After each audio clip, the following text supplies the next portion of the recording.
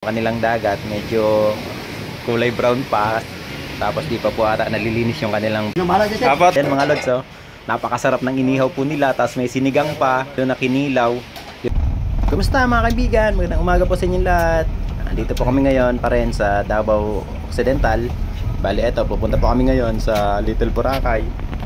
Isa daw po itong maganda at mura na beach resort na pwedeng puntahan nyo po kapag nandito po kayo sa Santa Maria, Davao Occidental. Bale, ito mga lods, yung daanan po nila medyo hindi pa po simentado. Sigurado pag tag-ulan to, yari, putikan to. Pero okay naman, medyo maluwag, kasya naman po yung sakyan. Tapos eto sa gilid, may mga nakita po ako rito na nagtitinda po ng mga sariwang isda. Kasi yan po yun, pangunahing hanap buhay po nila rito kasi nasa tabing dagat po sila. At eto mga lods, yung daanan nyo po, papasok po doon, mapuno, maraming nyog.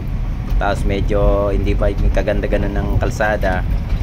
At medyo masikip kapag may kasalubong kayo rito. Naku po, mag-aantay po talaga muna bago makatawid po yung isa, makalampas po yung isa. Sabi mga kaibigan ng aming driver na marami daw po rito talagang pumupunta, talagang lalo na pagkapag summer, marami din daw po rito nag-overnight sa Little Boracay ng Santa Maria, Davao Occidental. Kaya talaga ito po yung pinuntahan po namin para makita po namin at maranasan po namin kung paano po mag-swimming dito sa magandang lugar po na ito. Ito mga lods, so bangin na po yan. Mag-iingat po kayo dyan, ako po delikado. May entrance na po ata dito mga lods. Sir, raise mo lang sir. Ha? Raise it, 10 per head. Walo. 80 lang. Bayad mo na so. Ayun mga kaibigan, pagpapasok po kayo rito, may environmental fee na 10 pesos po bawat isa. Murang-mura na po yun para po makapasok po kayo rito. Bali sa barangay po ata yun, o kaya sa munisipyo po ng Santa Maria, Davao del Sur, yung bayad po na doon. Papasok po rito. Itong mga lods mga kaibigan, papasok na po tayo sa Little Boracay. Ito lang po yata yung gate po nila. First time ko lang po kasi makapunta po rito ngayon. Dito lang, dito. Walo. Isa. Isa mong babalaw. Walo po. Oo, walo po kami.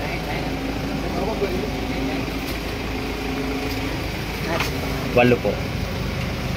Pangalan lahat? Ako lang.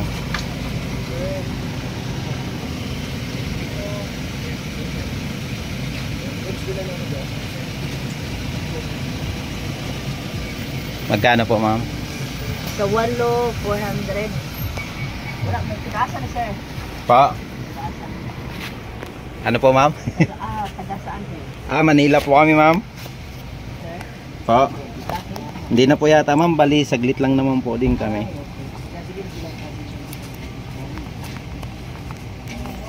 Eto po ma'am.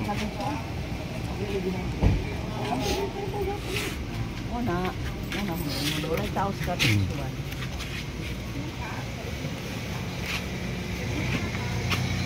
Thank you sir. Thank you pa. Timbe ka sir no? Ayun mga kaibigan, napakamura po ng entrance fee po rito. Papasok po ng Little Boracay, 50 pesos po yung isa. Sulit na po yun. Makakaligo na po kayo rito ng Pantasawa pag hanggat gusto nyo. Ito naman mga kaibigan, yung kanilang CR, tapos Banlawan at Bihisan. Dito po yan, malapit lang din po yan sa may gate. Sir, magkano yung mga cottage? Yung cottage sir. Magkano yan? 1,000 sir. Ang isang araw. Tapos yung overnight po? Check kayo po overnight. 2,000 yan. 2,000? Diyan din mag-overnight. Nagyan din dito boss. Ang presyo. 2,000 yan. Pero pag para maka alas 5, 1,000 din. Ayun mga kaibigan, bali kapag mag-overnight po kayo rito, 2,000 daw po yung bayad sa cottages na inyo po nakikita. Tapos yung kapag day tour naman po, kapag araw lang, bali 1,000 po yan. Eto mga lods mga kaibigan, welcome po sa Little Boracay. Ayan po mga lods mga kaibigan, yung kanilang dagat medyo kulay brown pa kasi maaga pa po. Ganun po siguro yung tubig po rito kapag maaga pa. Tapos di pa po ata nalilinis yung kanilang beachfront. Medyo marami pa po kasi yata mga basura. Mga iba't ibang klaseng mga basura. Baka maya-maya pa po sila maglilinis dito. Pero marami na pong naliligo ngayon. Marami na rin pong mga tao po rito na nag-swimming. Tapos marami na rin po yung mga nasa kanilang mga cottages. Pero napaganda po ng view po rito, mga lods. Siguro kapag ganitong maaga pa, medyo hindi pa ganun kalinis yung dagat. Medyo brown pa po kasi yung tubig dito.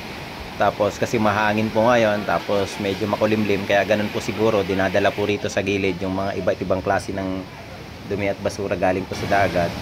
Ito mga lods, mga kaibigan, yung mga cottages po nila rito na inyo pong pwedeng arkilahin kapag nandito po kayo. 1,000 po yan, day tour. Tapos kapag naman po mag-overnight po kayo, 2,000 daw po yan ang bayad po dyan. Sulit na po yan para kung marami po kayo, hati-hati na po kayo dun sa bayad, sa upa, sa cottages. Medyo makakapag-relax na po kayo dyan kasi syempre kapag nag-swimming, nakakapagod din. May para maganda po yung kainan nyo, may cottages, mas okay po yun. Tapos yung mga lagayan po ninyo ng mga gamit, murang-mura na rin po yun. Kung 10 kayo, tig-100 po kayo nun mga lods, mga kaibigan. Ito po yung kanilang beach front ngayong umaga. Sensya na, di pa po ata nalilinis. Pero okay naman mga lods, mga kaibigan. Mukhang mamaya-maya, baka malinis na to. Baka may maglilinis po mamaya. Tapos yung dagat, baka mas luminaw na po siya. Kasi ang sabi po sa akin, talagang dinadayo daw po talaga itong Little Boracay na maganda raw po talaga rito. Pero ito mga lods, mga kaibigan, napakapino po niyang kanyang mga buhangin. Talaga nga pong parang nasa Boracay. Hindi nga po siya kasing puti. Hindi po talaga siya ganun kaganda katulad po ng sa Boracay. Pero okay naman po, pino naman po yung kanyang mga buhangin po rito. At hindi rin po siya ganun kalalim agad. Meron po talaga mga lods, mga kaibigan, na kapag umaga pa, medyo pangit pa po yung dagat. Medyo hindi pa po talaga siya ganun kalinis at madumi pa po yung kanyang mga tubig. Pero kapag tumagal na po, mga patanghali na kaya pahapon, lumilinaw na po yan. Kaya siguro ganun po yung nangyayari po rito. Di pa po ganun kasi kalinaw yung tubig po rito. Kung inyo po kasing nakikita yan, napakapino po talaga. May mga basura pa po ako nakikita na plastic. Pero siguro mamaya may maglilinis, tapos gaganda po yan kapag medyo patanghali na po yung tubig. Pero okay naman po talaga rito mga lods, mga kaibigan. Napakamurang halaga, 50 pesos. Pero maya maya na po ako magsuswimming pag medyo malino na po yung tubig. Isa po talaga ang dagat sa nagpaparelax po sa akin, pinaka gusto kong puntahan, lalo na po kapag ganito na umaagos yung alon sa mga paa mo. Gusto ko po yan, nakaka-relax po sa akin yan. Tapos maganda po yung view. Talagang yun po yung binabalik-balikan ko sa mga beach, sa mga dagat na ganito.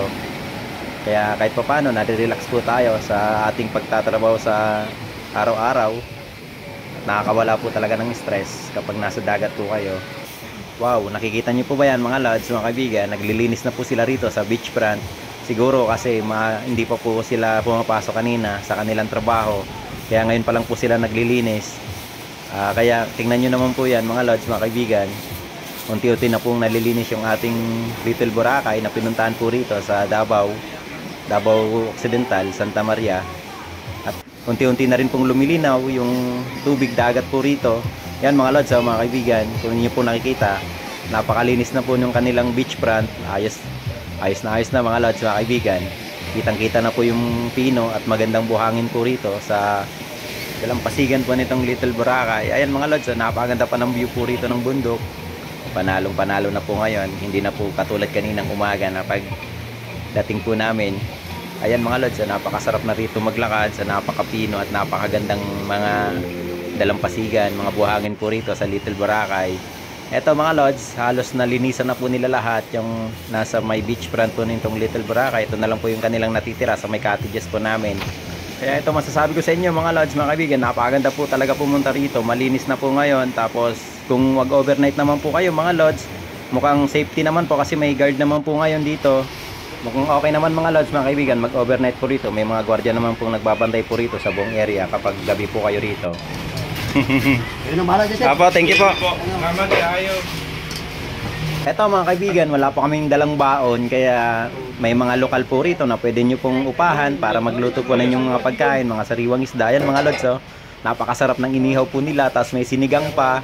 Saktong-sakto po yan, may inihaw, tapos may sinigang, may sabaw. Tapos meron pa po yata kami doon na kinilaw. Yun po yung mga in-order po namin. Bali, hindi naman din po sila nag-overprice. Kung magkano lang po yung kanilang kilo ng isda at karne, yun lang din po yung babayaran nyo. Tapos syempre, babayaran nyo na lang po yan ng pagluluto po nila. Syempre, bibigyan nyo rin po ng tip kasi napakasarap po nilang serbisyo at napakasarap pong pagluluto. Yan mga lods, mga kaibigan, napakaganda na po ng Little Boracay. Talagang sobrang nga pong ganda ng pagkakasabi po nila rito. Hindi na po kayo dadayo pa ng Boracay kapag nandito po kayo sa Davao. Napakaganda po at napakalinis na po ng tubig, napakalinis na rin po ng kanilang beach front. Talagang mag-enjoy na po yung bawat magkakapamilya, magkakaibigan na pupunta po rito. Sobrang nag-enjoy na rin po ako rito mga lods, mga kaibigan. Kanina pa po ako nag-swimming, di lang po ako nagpakita kasi para akong palaka kung maglumangoy. Maraming salamat po sa panonood. Maraming salamat sa mabubuting tao po rito sa Davao. Salamat po sa inyo. Thank you. Napakaganda po ng Little Boracay po ng Davao Occidental.